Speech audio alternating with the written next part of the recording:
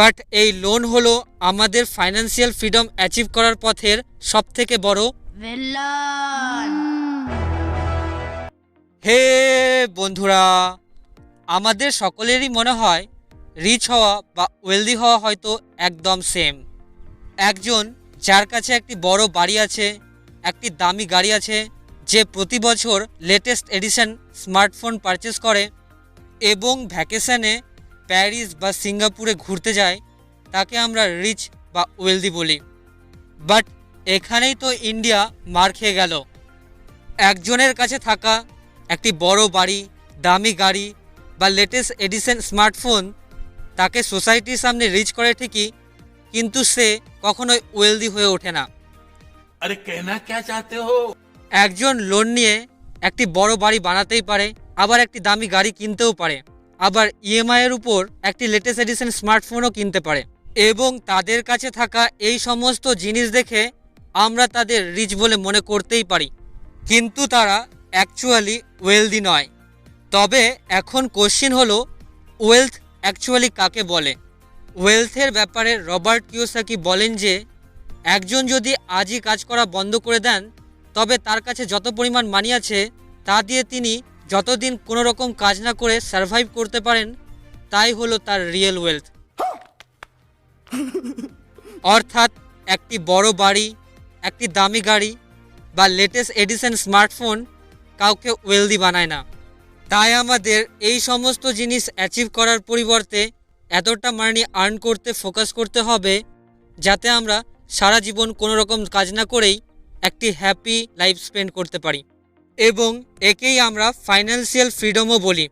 আজ আমি আপনাদের সাথে দ্য টোটাল মানি মেকওভার এই বুক থেকে 7টি স্টেপ শেয়ার করব, যেগুলো ফলো করার মাধ্যমে আপনিও ফাইন্যান্সিয়াল ফ্রিডম অ্যাচিভ করতে পারবেন। अमीरों की स्कीम मेरे हाथ लगी है। So let's start. Step number 1, build an emergency fund. Climate change ও গ্লোবাল ওয়ার্মিংয়ের দরুন আজকাল যেমন বৃষ্টির কোনো ঠিক ঠিকানা নেই, যখন খুশি চলে আসে, ঠিক সেরকমই আমাদের লাইফে কখন কোন এমার্জেন্সি চলে আসবে আমরা কেউ জানি না। তাই ফাইন্যান্সিয়াল ফ্রিডম অ্যাচিভ করার প্রথম স্টেপে আমাদের একটি এমার্জেন্সি ফান্ড বিল্ড করতে হবে।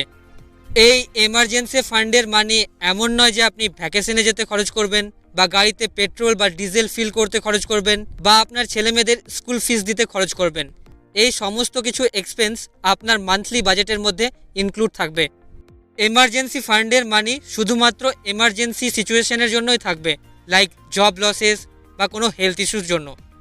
একটি এমার্জেন্সি ফান্ড বিল্ড করার পাশাপাশি আমি আপনাকে সাজেস্ট করব একটি হেলথ ইন্স্যুরেন্স ও একটি লাইফ ইন্স্যুরেন্স নিয়ে রাখতে। এগুলিও আপনার লাইফে আনপ্রেডিক্টেবল সিচুয়েশনে আপনাকে অনেক হেল্প করবে। ফাইন্যান্সিয়াল ফ্রিডম অ্যাচিভ করার প্রথম স্টেপে অথার আমাদের সাজেস্ট করেন $1000, যা প্রায় ইন্ডিয়ান রুপিসে 77,000 টাকার কাছাকাছি। এই অ্যামাউন্টের মানি এমার্জেন্সি ফান্ডে সেভ করতে।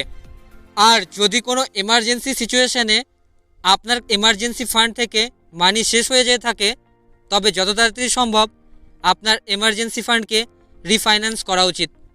Step number 2, pay your debt first. বর্তমান সময়ে আমরা এমন এক ইকোনমিতে বাস করি যেখানে লোন নেওয়াকে অনেকটাই গ্ল্যামারাইজ করে দেখানো হয়। লোন নিয়ে বাড়ি বানানো, গাড়ি কেনা ও ইএমআইতে স্মার্টফোন কেনা আমাদের জন্য নর্মাল ব্যাপার। বাট এই লোন হলো আমাদের ফাইন্যান্সিয়াল ফ্রিডম অ্যাচিভ করার পথের সবথেকে বড়। তাই আমাদের যত তাড়াতাড়ি সম্ভব এই লোনের ইনস্টলমেন্টগুলোকে পে করতে হবে। এই লোনের ইনস্টলমেন্টগুলোকে তাড়াতাড়ি রিপে করতে আমরা কি করব? সিম্পল। देख, डबल शिफ्ट काम कर, खर्चा कम कर और पैसा बचा। ये कोई सोल्यूशन है क्या? জোকস অ্যাপার্ট, লোনগুলোকে রিপে করার জন্য অথার আমাদের সাজেস্ট করেন লোনগুলোকে তাদের অ্যামাউন্ট অনুযায়ী ছোট থেকে বড় ক্রমে আমাদের লিখে নিতে। তারপর আমাদের সেই সমস্ত ছোট অ্যামাউন্টের লোনগুলোকে সবচেয়ে প্রথমে রিপে করতে হবে। কারণ যেমন একটি ছোট্ট বরফের টুকরো পাহাড়ের গা বেয়ে নিচে নামে আস্তে আস্তে একটি বিশাল বড় এভালাঞ্চের রূপ নিয়ে নেয়, ঠিক সেরকমটাই আমাদের ছোট অ্যামাউন্টের লোনগুলোর সাথেও হয়ে থাকে। তাই আমাদের সবচেয়ে প্রথমে ছোট অ্যামাউন্টের লোনগুলোকেই পে করা উচিত। আর যখন আমরা এই ছোট অ্যামাউন্টের লোনগুলোকে রিপে করে দেব, তখন আমরা সেন্স অফ অ্যাকমপ্লিশমেন্ট ফিল করতে পারবো এবং অন্যান্য লোনগুলোকেও রিপে করার জন্য মোটিভেটেড থাকবো। Step number 3, grow your emergency fund. একবার যখন আপনি আপনার লোনগুলোকে রিপে করে দেবেন, তারপর আপনাকে আপনার এমার্জেন্সি ফান্ডকে গ্রো করতে হবে। ফাইন্যান্সিয়াল ফ্রিডম অ্যাচিভ করার প্রথম স্টেপে আপনি যেখানে $1000 অর্থাৎ 77,000 টাকার একটি এমার্জেন্সি ফান্ড বিল্ড করেছিলেন, সেই এমার্জেন্সি ফান্ডকে গ্রো করে আপনাকে তাতে এতটা অ্যামাউন্ট রাখতে হবে যাতে জব লসের মতো যদি কোনো সিভিয়ার সিচুয়েশন চলে আসে তবে আপনি 6 মান্থ সার্ভাইভও করতে পারেন এবং একটি নতুন জব সার্চ করে নিতেও পারেন। ফর এক্সাম্পল, আপনার যদি মান্থলি ইনকাম 50,000 রুপিস হয় তবে আপনাকে মিনিমাম 3 লক্ষ টাকার একটি এমার্জেন্সি ফান্ড বিল্ড করা উচিত, যার সাহায্যে আপনি খুব ইজিলি 6 মাস আপনার ফাইন্যান্সকে ম্যানেজও করতে পারবেন। Step number 4, invest 15% of your income into retirement. আপনিও যদি আমাদের guide to investing in gold and silver এই বুকের সামারিটি দেখে থাকবেন তবে আপনিও জানবেন যে ইনফ্লেশনের কতটা নেগেটিভ ইম্প্যাক্ট আমাদের মানির উপর থাকে। শর্টে বললে ইনফ্লেশনের দরুন আমাদের মানি তার পারচেসিং পাওয়ারকে হারিয়ে ফেলে। বর্তমান ইনফ্লেশন রেট অনুযায়ী ধরলে গ্লোবাল ইনফ্লেশন রেট বর্তমানে 7 থেকে 8%-এর কাছাকাছি চলছে। অর্থাৎ আজ যদি আমরা কোনো কিছু 100 টাকায় কিনতে পারি তবে সেই জিনিসটি 1 বছর পর কিনতে আমাদের 160 টাকা খরচ হবে। অর্থাৎ ইনফ্লেশনের দরুন আমাদের মানি তার 7% ভ্যালু হারিয়ে ফেলবে। তাই আমাদের মানিকে ইনফ্লেশনের হাত থেকে প্রোটেক্ট করতে তা ইনভেস্ট করা উচিত। এখন আপনি হয়তো বলতে পারেন, দেব, আমরা তো আমাদের মানি ব্যাংকের সেভিং অ্যাকাউন্টে বা এফডিতে তো ডিপোজিট করে রেখেছি, সেখানেও তো আমরা ভালো রকমেরই ইন্টারেস্ট পেয়ে যাই। তবে বলে রাখি, ব্যাংকের সেভিং অ্যাকাউন্ট বা এফডিতে আমাদের 4 থেকে 6%-এরই ইন্টারেস্ট দেওয়া হয়, যা প্রায় অ্যাভারেজ ইনফ্লেশন রেট যা 4 থেকে 6%-এর কাছাকাছি থাকে তার সেমই হয়। তাই আপনি যদি ভাবছেন ব্যাংকের সেভিং অ্যাকাউন্টে বা এফডিতে রেখে আপনি আপনার মানিকে গ্রো করছেন, তবে বলে রাখি আপনি নিজের হাতে নিজের মানিকে হত্যা করছেন।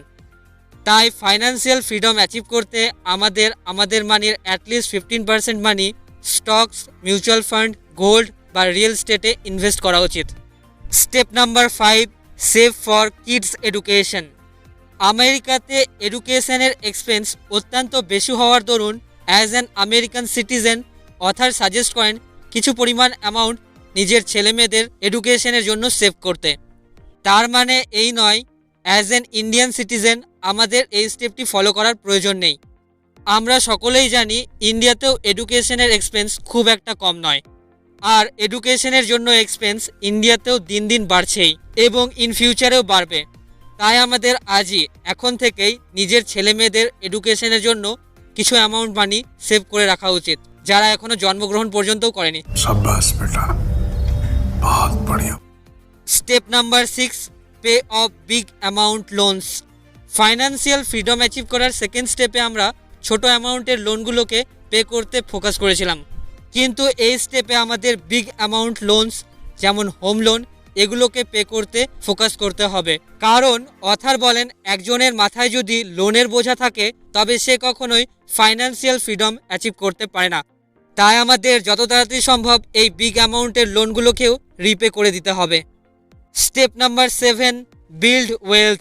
এই স্টেপে আমরা আগে যে অ্যামাউন্টের মানি লোনের ইনস্টলমেন্ট পে করতে খরচ করতাম সেই অ্যামাউন্ট মানি আমাদের আবার রিইনভেস্ট করতে হবে এবং আমাদের এতটা প্যাসিভ ইনকাম জেনারেট করতে ফোকাস করতে হবে যেখানে আমাদের আর কোনো রকম কাজ করতেই না হয়, বরং আমাদের মানি আমাদের জন্য আরও মানি আর্ন করে দেয়। আর এভাবেই আমরা ওয়েলথ বিল্ড করতে সক্ষম হব এবং ফাইন্যান্সিয়াল ফ্রিডমও অ্যাচিভ করতে পারবো। সো টু কনক্লুড, এগুলোই ছিল 7টি স্টেপ যা ফলো করার মাধ্যমে আমরা ফাইন্যান্সিয়াল ফ্রিডম অ্যাচিভ করতে পারি। হোপ ভিডিওটি আপনাদের কাছে হেল্পফুল মনে হয়েছে, তবে ভিডিওটি লাইক করুন এবং বন্ধুদের সাথে শেয়ার করুন। At the end, thanks for your precious moments.